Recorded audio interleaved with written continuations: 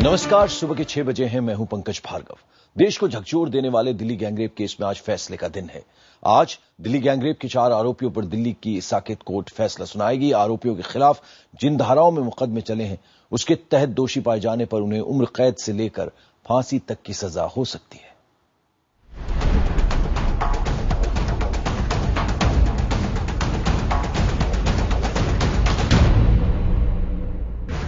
सितंबर इस दिन होगा एक ऐसा फैसला जिस पर पूरे देश की निगाहें जमी हैं। 16 दिसंबर 2012 को जिस तरह देश की राजधानी में चलती बस के अंदर गैंगरेप किया गया, उसने पूरे देश को झकझोर दिया। शहर शहर लोग इंसाफ की गुहार लगाते सड़कों पर उतर पड़े। ये फैसला उसी गैंगरेप कांड के आरोपियों का भविष्य तय करेगा। इस जघन्य वारदात में एक 23 साल की लड़की के साथ 6 लोगों ने पहले सामूहिक बलात्कार किया और फिर लड़की और उसके दोस्त को पीटकर अधमरी हालत में सड़क पर फेंककर फरार हो गए। हाहाकार को देखते हुए सरकार ने पीड़ित लड़की को इलाज के लिए विदेश भी भेजा, लेकिन उसे बचाया नहीं जा सका। बहरहाल कुछ ही दिनों में ही पुलिस ने सभी 6 आरोपियों को गिरफ्तार कर लिया। ये आरोपी थे राम सिंह, मुकेश, अक्षय, विनय और पवन। इस मामले का छठा आरोपी नाबालिग था, जिसका मुकदमा किशोर न्याय परिषद में चला।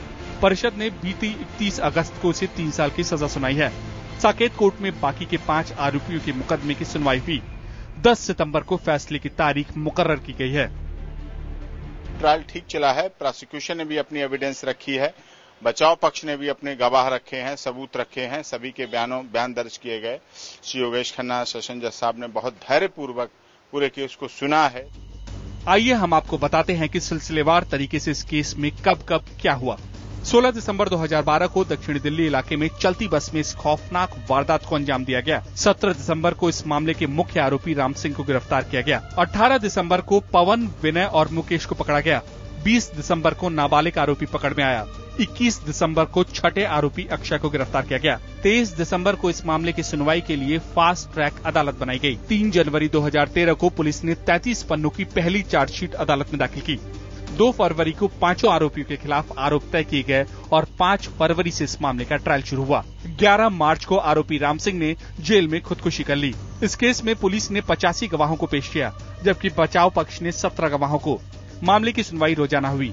22 अगस्त को इस मामले में अंतिम बहस शुरू हुई, जो 3 सितंबर को खत्म हुई, जिसके बाद अदालत ने 10 सितंबर तक के लिए अपना फैसला सुरक्षित रख लिया। आरोपी की मौत, वकीलों का विरोध या फिर प्रशासनिक देरी, हर तरीके की अड़चन का सामना इस मामले के ट्रायल ने किया।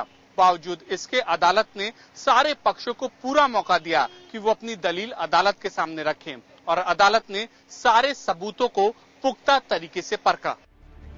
आइए नजर डालते हैं कि 5 आरोपियों पर कौन कौन सी धाराएं लगाई गई और इसके तहत कितनी सजा का प्रावधान है। धारा 302 हत्या, सजा है फांसी या उम्र कैद। धारा 396 हत्या सहित डकैती, इसकी सजा है फांसी या उम्र कैद। धारा 307 हत्या का प्रयास, सजा है 10 साल की कैद। धारा 376 2G सामूहिक दुष्कर्म, इसकी सजा है 10 साल की कैद। धारा 377 अप्राकृतिक यौनाचार, इसकी सजा है 10 साल की कैद। इसके अलावा 5 आरोपियों पर अपहरण, आपराधिक साजिश रचने, लूटपाट, सबूत नष्ट करने से जुड़ी सख्त धाराएं भी लगाई गई हैं, जिनमें 2 साल से लेकर 10 साल तक की सजा हो सकती है। इन 5 आरोपियों पर लूटपाट का एक और मुकदमा चल रहा है, जिसकी सुनवाई दिल्ली की पटियाला हाउस कोर्ट में चल रही है। बहरहाल जनता की भावनाओं से जुड़ा ये केस अब अपने अंतिम मुकाम पर पहुंचने को है और पीड़ित के परिजनों समेत सारे देश भर की निगाहें इस फैसले पर है। दरअसल दिल्ली बस गैंगरेप कांड एक ऐसा मामला था जिसने हर व्यवस्था के पहलू को बदला और उसकी परीक्षा ली, और अब इस फैसले के बाद सबकी निगाहें होंगी इंसाफ पर, और साथ ही साथ क्या वो बदलाव आम इंसान की जिंदगी पर असर डालते हैं या फिर नहीं। कैमरामैन पंकज तोमर के साथ अमित पांडे, दिल्ली, IBN 7।